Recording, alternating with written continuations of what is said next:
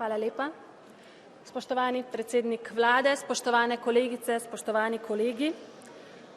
Evropska unija je v 7 desetletjih iz mirovnega političnega projekta prerasla v resnično politično skupnost.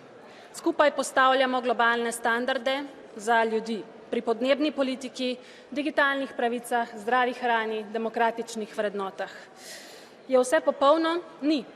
Med to politično evolucijo se je razrastel tudi prekompleksen birokratski aparat, ki se stežka prilagaja na nenehne nove izzive ali krize našega časa.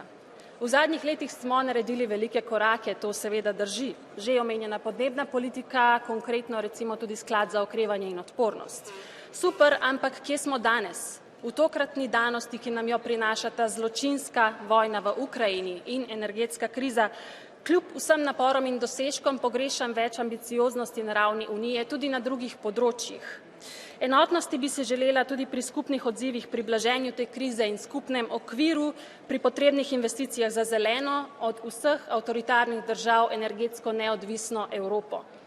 Repower EU, skupne nabave plina, omejitve cen elektrike so dobra zasnova in v teh dneh, ko razpravljamo o do Evropske unije nepoštenem ameriškem antiinflacijskem aktu, bi morali najti tudi politično voljo za evropski odziv, denimo vzpostavitev novega fleksibilnega sklada za soočanje s krizami.